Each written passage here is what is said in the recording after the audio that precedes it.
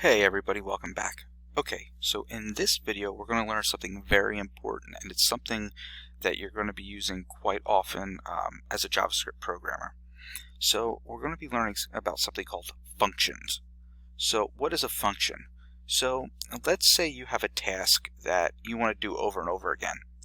Instead of writing the same code over and over and over and over, you can write something called a function. And then you can call that function. It's called calling it when you use it, and I'll show you how to do that here shortly and kind of explain more of what that means. But you can call the function to do this over and over and over again. Now we're going to start in this video with a basic function, and then in following videos we're going to show you how to make it more and more complicated to do different things. So first, let's wipe out this code here. Let's get started fresh with new code. And one thing I also wanted to mention here is you'll notice how I always kind of indent I tab one past the starting of the script tag. That's something you're going to want to do. It helps make the code a bit cleaner, and you'll see that more and more as we add more code. And you'll see that I do that often, and that's why I do that, because it makes the code cleaner and easier to read. Okay, so to declare a function, the first thing you have to do is type the word function. And then you're going to want to name the function something, which is what you do here. And the function should be something that is relative to what it's going to do. Like if you're going to have it output something on the screen, you shouldn't call it input name. It should be output name. So that way you can at least kind of have an idea of what it's going to do. So if we do function test, so the other thing you need to do when you declare a function is you need to put these parentheses, and these will come in handy later in later videos, and you'll see why. But just know for now they have to be there. So we're creating this function called test. Now, how do we know specific code is in this function? Well, we're going to use curly brackets. Now you'll notice Adam, the editor here, has already closed these brackets. What I'm going to do now is hit enter, and I'm going to bring this bracket down here, and it's automatically going to do the indenting I was just telling you about. But first, before we do that, now that we know what we want to call our function, we can just simply comment this and say create a function called test.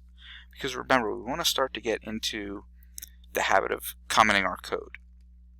So now that we come up with function test, let's type alert test. Now, if I save that and I hit refresh, nothing's going to happen. Now, I'll show you why. Remember I said you have to do something called calling the function? Well, this is where this comes in. So, because we have the function here and we have the function named, in order to call the function, or to use the function, you might say, the technical term would be calling it, you'll just type test with the parentheses, put the semicolon. Now if I save that and I hit refresh again, now it'll run and it says test. Now I could do the same thing if I want to log this to the console. So I could do console.log. When I refresh it,